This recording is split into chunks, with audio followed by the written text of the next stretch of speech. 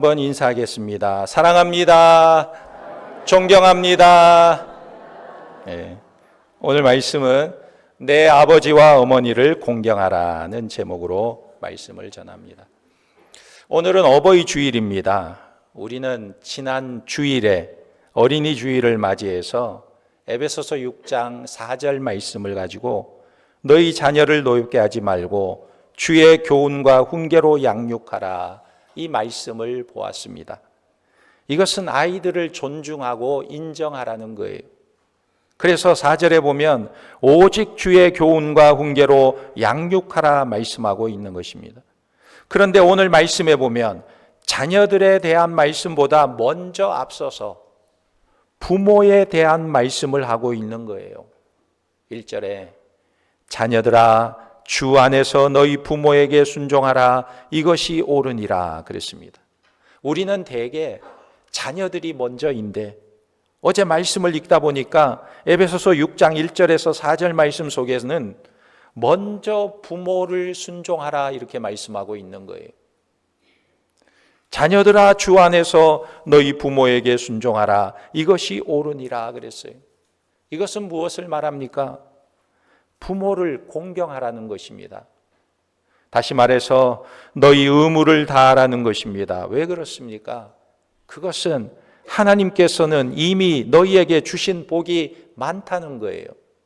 너희에게 많은 복을 주었으니 이제는 의무를 다하라는 말씀인 것입니다. 그래서 권리보다는 의무를 강조하는 말씀입니다. 이것을 보면 하나님께서는 권리보다는 의무를 더 강조하고 있는 거예요. 성경에 보면 모세의 10계명이 있는데 1계명에서 4계명까지의 내용을 보면 사람이 하나님 앞에서 해야 할 의무가 무엇인지를 말씀하고 있는 거예요. 그리고 5계명에서 10계명까지는 인간에 대한 의무가 무엇인지 말씀하고 있는 것입니다. 그러니까 하나님께서 우리가 행할 의무, 도리를 말씀하시는데 왜 하나님께서는 이 의무에 대해서 강조하고 계실까요? 그것은 너희들이 이미 받아 누리는 것들이 많다 말씀하고 있는 거예요. 그래서 먼저 너희가 행할 의무를 생각하라는 말씀인 것입니다.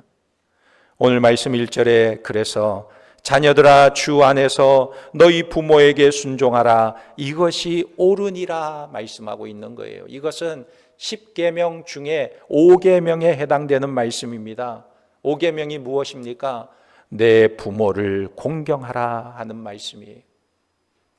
그런데 우리가 생각할 때 부모는 단순히 육신의 아버지, 어머니만을 생각하게 되는데 꼭 그렇지만은 않습니다. 이것을 확대 해석해서 말할 수 있는데 하나님이 세우신 권위자를 말하고 있는 거예요. 그러므로 가정에서는 최고의 권위자가 누굽니까? 부모입니다. 나를 양육하고 길러준 부모가 최고의 권위자예요. 인생은 누구나 태어나면서 제일 먼저 부모라는 권위자를 만나게 됩니다. 그래서 사람이 제일 먼저 범하는 계명도 뭐냐면 제5계명을 범하기 쉬운 거예요.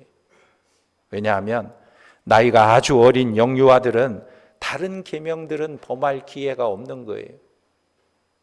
그러나 아이들은 자라면서 부모를 거역하고 불순종하기 시작하면서 제5계명을 먼저 어기게 되는 것입니다. 그래서 TV를 보면요, 아이들을 키우는 게 얼마나 힘든지 그 아이들이 자라나고 반항하는 모습들을 잘 보여주잖아요. 그래서 이런 말이 있기도 합니다. 미운 5살. 미운 5살. 왜 5살이 미울까요? 아이가 자라서 5살이 되면요, 말을 잘 안 듣는다는 거예요. 5살이 되면 아이들이 제일 많이 하는 말이 어떤 말이냐면 싫어요. 아니, 내거, 내가, 싫어. 이런 말을 너무너무 많이 한다는 거예요. 그러니까 미운 5살인 것입니다. 그런데 요즘은 아이들이 더 빨리 성장해가지고 미운 5살이 아니라 미운 3살. 미운 3살. 3살만 돼도 아이들이 아니야, 아니야. 내 거야, 내 거야. 아니, 내가 할 거야, 내가. 이 말을 그냥 서슴없이 아이들이 한다는 것입니다. 그래서 우리는 아이들은 부모에 대해서 잘 순종해야 한다고 생각하면서 이것이 어린아이들에게만 해당되는 말씀이라고 생각할 때가 있습니다. 그러나 그렇지 않아요. 오늘 성경이 하시는 말씀은 모든 자녀에게 다 해당되는 말씀입니다. 그러니까 여기 나이가 60이 넘고 70이 넘었어도 아직 부모가 계시는 분들은 자녀라는 거예요, 자녀. 그러니까 다 해당된다는 말씀이에요. 그리고 성경은 공경할 대상인 부모를 확대해서 말하기도 합니다. 먼저는 교회 안에서 영적인 지도자들에 대해서 아버지라 일컫고 있어요. 고린도전서 4장 15절에 그리스도 안에서 1만 스승이 있으되 아버지는 많지 아니하니 그리스도 예수 안에서 내가 복음으로써 너희를 낳았음이라 그랬어요. 그러면서 너희를 낳은 자에게 순종하고 복종하라 말하고 있는 것입니다. 그리고 또 아비라는 말은 국가 지도자들에게도 적용하고 있습니다. 이사야 49장 23절에 보면 왕들은 내 양부가 되며 왕비들은 내 유모가 될 것이며 그랬어요. 여러분, 왕들을 가리켜 양부라고 말하고 있어요. 양부. 그러니까 이것은 양육하는 아버지다 말하고 있는 것입니다.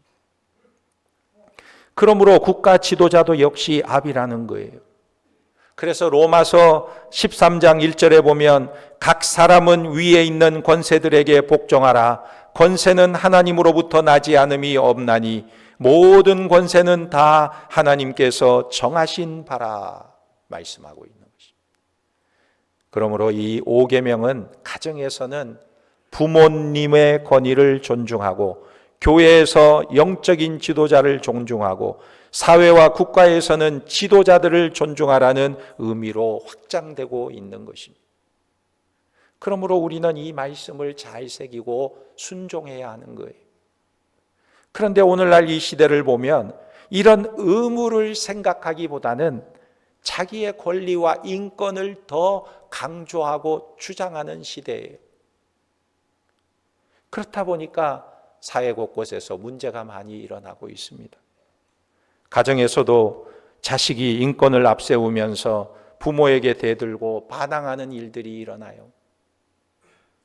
부모가 자녀에게 해초리를 좀 들려고 하면 당장 전화를 해서 경찰에 신고해버려요. 또 학교에서도 학생이 인권조례를 앞세워서 선생님을 안중에도 두지 않고 자기 주장만 하게 됩니다. 사회에서도 마찬가지입니다. 늘 자기의 권리만 주장하게 되어 권위를 인정하지 않습니다. 한국에서 26년 동안 살던 일본 사람이 책을 하나 썼어요. 이 사람의 이름은 이케하라 마모루라는 사람인데 26년을 한국에서 살면서 느낀 것을 책으로 썼는데 그 책 제목에 이렇게 적혀 있어요. 맞아 죽을 각오를 하고 쓴 한국, 이렇게 썼어요. 거기에 보면 이런 내용이 나옵니다. 자기가 어릴 때 가끔 친구들하고 싸우고 집에 돌아오게 된다고 합니다. 그러면 자기 어머니가 싸우고 온 모습을 보고는 깜짝 놀라면서 누구와 싸웠는지 묻고는 다짜고짜 자기 손을 잡고 이끌어서 그 집으로 데려간대요. 코피가 터졌든지 입술이 찢어졌든지 아랑곳하지 않고 무조건 데리고 가서 상대방 부모와 그 아이에게 사과를 먼저 하도록 시킨다는 거예요. 먼저 사과하게 만든다는 거예요. 그리고는 나중에 돌아와서 자기의 상처와 아픈 마음을 감싸주고 치료해 준다는 거예요. 그런데 한국 사람들을 보면 그렇지 않더라는 거예요. 싸우고 오면 먼저 아이 손을 잡고 싸운 집으로 가가지고는 부모를 불러가지고는 도대체 아이를 어떻게 키웠길래 이렇게 싸워서 우리 아이가 이렇게 얻어 터지고 오게 만드냐고 그러면서 부모끼리 싸우더래요. 부모끼리. 다 그런 건 아니겠지만 그런 모습을 많이 봤다는 거예요. 그렇게 부모끼리 싸우고 언성을 높이면 결국 아이들의 싸움이 어른의 싸움으로 이어지게 되는 것입니다. 그렇다 보니까 아이들이 자기 행동에 대해서 책임져야 할 것을 배우지 못하더라는 거예요. 그래서 성인이 되어서도 무책임한 행동을 하게 된다는 것입니다. 그러나 우리가 가정에서 부모의 권위를 존중하는 사람은 사회에서도 지도자의 권위를 존중하고 따를 수 있는 사람이 되는 거예요. 이렇게 될 때 사회의 질서가 유지되고 평안하고 발전하게 되는 것입니다. 그렇다면 우리는 오늘 이 계명의 말씀을 어떻게 이해하고 어떻게 적용해야 할까요? 에베소서 6장 6절에 보면 눈가림만 하여 사람을 기쁘게 하는 자처럼 하지 말고 그리스도의 종들처럼 마음으로 하나님의 뜻을 행하고 그랬습니다. 눈가림만 하지 말고 그리스도의 종들처럼 마음으로 행하라. 무엇을 말하고 있습니까? 하나님의 뜻을 행하라는 거예요. 하나님의 뜻은 무엇이냐? 내 부모를 공경하라는 것입니다. 공경하라. 이게 하나님의 뜻이라는 거예요. 그런데 사람들은 이렇게 생각하고 말할 때가 있습니다. 아니, 공경하고 싶어도 부모가 부모 같아야 공경하지요. 지도자가 지도자다워야 공경할 건 아닙니까? 부모가 부모 같지 않고 지도자가 지도자 같지 않은데 뭘 순종합니까? 이런 생각을 아마 한 번쯤은 해봤을 거예요. 그런데 여기 성경은 뭐라고 말하고 있습니까? 성경은 이렇게 말하고 있어요. 그래도 공경하라는 것입니다. 왜요? 부모이기 때문에 공경하라는 거예요.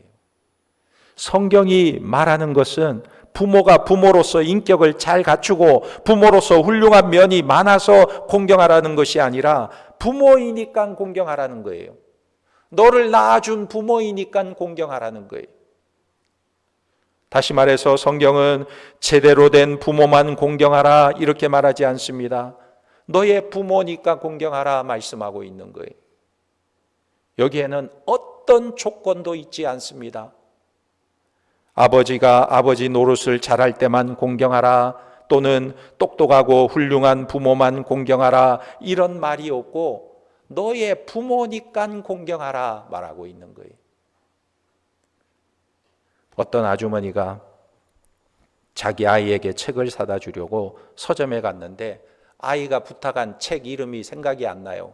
그러다가 갑자기 생각이 났습니다. 그 책의 내용이 뭐냐면 이름이 뭐냐면 아기 돼지 삼총사. 그래서 점원에게 아기 돼지 3근을 주세요. 그랬대요. 생각은 아기 돼지 삼총사인데 말은 아기 돼지 3근 주세요. 늘 쓰던 말이 튀어나오는 거예요.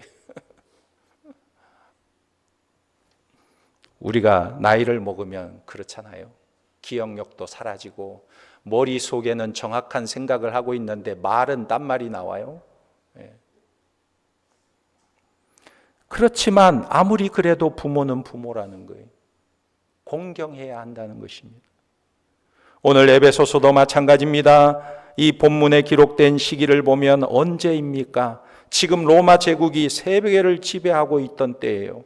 그러니까 누가 지배하고 있었습니까? 그 극악무도한 네로 황제가 통치하던 시대였습니다.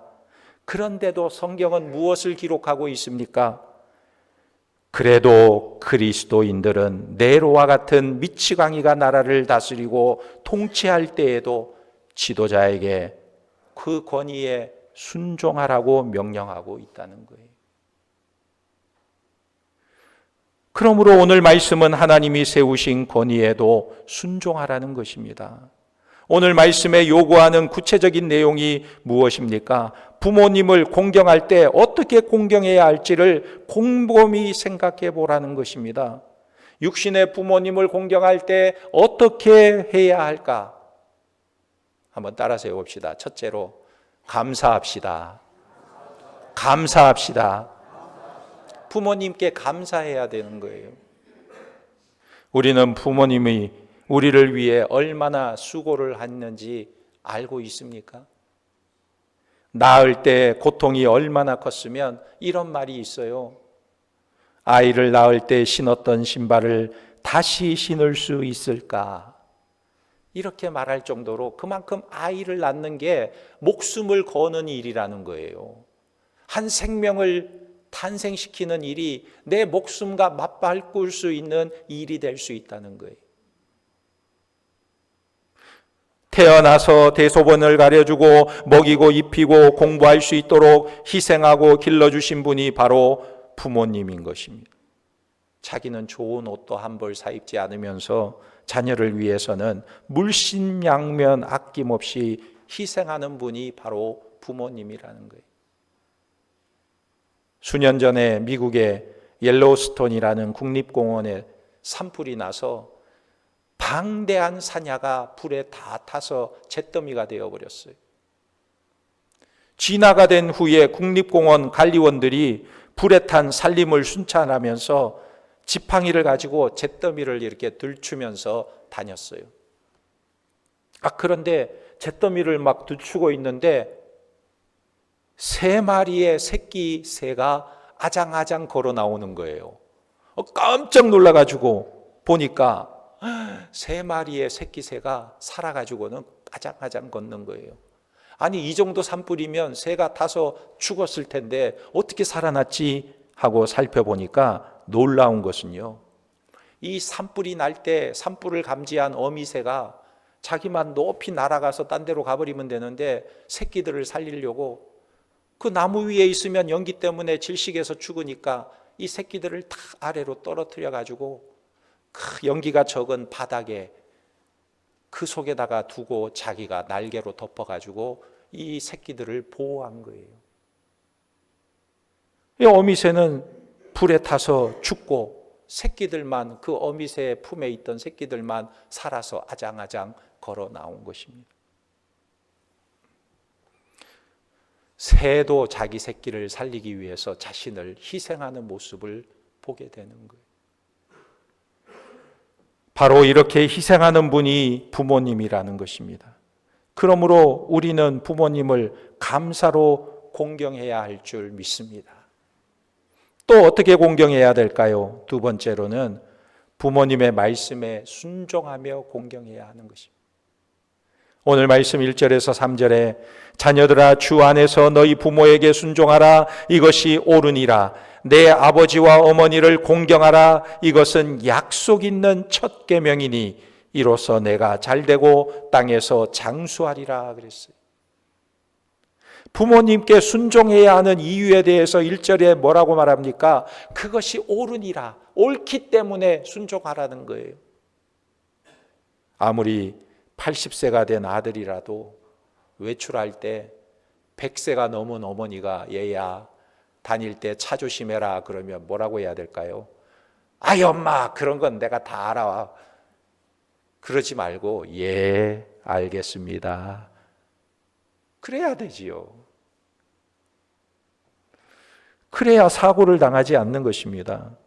무조건 순종하는 것이 옳은 일이라는 거예요. 성경에 보면 노아의 자녀들이 아버지에게 순종하는 것을 보게 돼요. 창세기 7장 7절에 보면 노아는 아들들과 아내와 며느리와 함께 홍수를 피하여 방주에 들어갔고 그랬어요.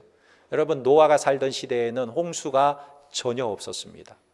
홍수라는 걸 경험해 본 적이 없는 시대예요. 그런데 이 노아가요, 앞으로 홍수가 날지 모르니까 우리가 그때를 준비하자, 홍수가 날 것이다 이렇게 말하니까 사람들이 뭐라고 하겠어요? 저 노아가 이상하다, 저 노아가 미쳤나 봐, 홍수가 뭐야 도대체, 홍수라는 걸 본 적이 없는데 뭔 일이 일어난다는 거야? 동네 사람들이 다 노아를 보고 미쳤다고 했습니다. 이런 상황에서 그의 자녀들은 아버지의 말에 귀를 기울이고 아버지를 따랐던 거예요. 그 후에는 어떻게 됩니까? 나중에는 홍수가 나서 세상이 물로 심판을 받을 때 그의 자녀들이 다 구원을 받게 된 거예요. 또 이삭을 보세요. 이삭은 아버지의 말에 귀를 기울이고 따르는 것을 보게 됩니다. 창세기 22장 9절에 보면 하나님이 그에게 일러주신 곳에 이른지라 이에 아브라함이 그곳에 제단을 쌓고 나무를 버려놓고 그의 아들 이삭을 결박하여 제단 나무 위에 놓고 손을 내밀어 칼을 잡고 그 아들을 잡으려 하니, 여기 결박하다라는 말은 강압적으로 묶었다는 거예요. 그러니까 희생의 제물처럼 손을 묶고 발을 묶고 꽁꽁 팔다리를 묶었다는 거예요. 그런데 여러분 한번 생각해 보세요. 이때 아브라함의 나이가 몇 살입니까? 약 120세가 되었을 거예요. 이삭은 100세에 낳은 아들이니까 나이가 몇 살이겠습니까? 20대 청년일 거예요. 그러면 아버지가 자기를 묶으려고 할 때 묶일 수 있습니까? 이 연로한 아버지를 그냥 물리치고 벗어날 수 있는 거예요. 아버지를 그냥 쉽게 제압할 수 있는 것입니다. 그런데 이 청년 이삭이 아버지가 자기를 묶으려고 하는데 그냥 가만히 얌전히 묶이는 거예요. 제가 팔레스타인 지역에서 양을 잡는 모습을 본 적이 있는데 정말 신기한 것은요, 이 양을 잡으려고 칼을 들고 그 칼로 목을 그을 때 양은 꿈쩍도 하지 않고 가만히 있어요. 자기 주인이 자기의 목을 따는데도 가만히 있어요. 여러분 돼지 잡는 거 본 적 있나요? 저희 외갓집에 돼지가 있는데 한 번은 동네 잔치 때문에 돼지를 잡는데 얼마나 시끄러운지, 돼지 잡으려고 하니까 돼지가요 막 꽥꽥거리면서 소리를 지르는데 동네방네 다 시끄러울 정도로 꽥꽥거리면서 막 난리를 치는 거예요. 근데 양은 가만히 있어요. 이삭이 그 후에 어떻게 됩니까? 아버지가 자기를 결박해서 제단 위에 올리려고 하는데도 가만히 있는 이 이삭은 나중에 복을 받게 돼요.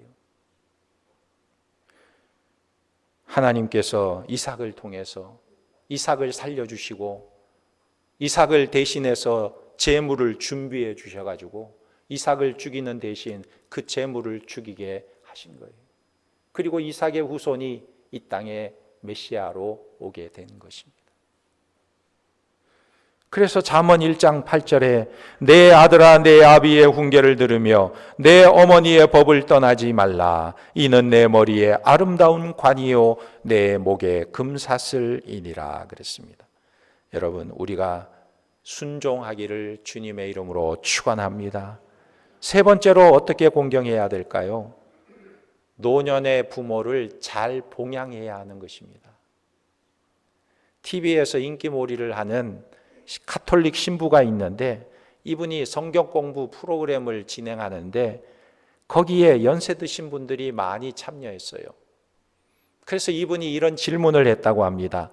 오늘 여기 왜 오셨습니까? 그러니까 이 연세 드신 분들이 성경 공부하러 왔지요. 그러자 신부가 하는 말이 여기 계시지 말고 차라리 세계 여행이나 다니세요. 왜 여기 와서 있습니까? 그러니까 어르신들이 돈이 있어야 가지요 그러더래요. 그러니까 이 신부가 집 있는 분 손 한번 들어보세요 하니까 여러 사람이 손을 들었어요. 그 집 팔아서 여행이나 다니세요. 그러니까 다들 막 박수 치면서 좋다고 환호하는 거예요. 그 집 팔아서 여행 다니세요. 자기를 위해서 쓰세요. 그러니까 너무너무 좋아가지고 박수를 치는 거예요. 여러분 이들이 자기를 위해서 쓰기 위해서 그렇게 환호하며 박수를 쳤을까요? 아니에요. 신부가 자기들의 마음을 알아주었기 때문에 너무나 기뻐서 박수를 친 것입니다. 자기를 위해 쓰라는 말을 들어보지 못했는데, 자식들에게도 들어보지 못했는데 저 신부가 그런 말을 해주니 마음이 너무 시원한 거예요. 시원한 거. 무엇을 말합니까? 그만큼 자녀들이 부모를 생각하지 못하는 거예요. 반포지효라는 말이 있습니다. 명나라 이시진의 본초 강목에 보면 그 내용이 나와요. 새끼 까마귀가 늙은 어미새에게 먹을 것을 물어다가 먹여주는 모습을 보고 어미를 먹여 살리는 데는 까마귀만한 놈도 없다. 이런 내용이에요. 그래서 반포지효라고 한 것입니다. 조선의 광해군 때에 문신 박장원이 쓴 반포조라는 시가 있는데 그 내용이 이렇습니다. 연로한 어버이 진수성찬도 대접 못 해드리네. 미물도 사람을 감동시키련만 숲속에 까마귀 보면 눈물 흘리네. 까마귀이지만 어미를 위해 먹을 것을 물어다 주는데 이 미물보다 내가 못해서 되겠는가? 그러므로 부모를 잘 섬기기를 주님의 이름으로 축원합니다. 결론을 말씀드립니다. 예수님은 항상 부모님께 순종하는 삶을 사셨어요. 누가복음 2장 51절에 예수께서 함께 내려가사 나사렛에 이르러 순종하여 받드시더라. 그 어머니는 이 모든 말을 마음에 두니라 그랬어요. 결국 예수님은 5계명을 완전히 지키심으로 하나님을 공경하셨습니다. 자녀들아, 주 안에서 너희 부모에게 순종하라. 이것이 옳으니라. 옳다는 것은 약속 있는 계명이라는 거예요. 너희가 땅에서 잘되고 장수할 것이라는 약속이라는 것입니다. 우리 중앙의 권속들은 주 안에서 부모님을 공경하고 그래서 이 땅에서도 잘되고 장수하는 성도들이 되시기를 예수님의 이름으로 축원합니다. 아멘. 기도하겠습니다.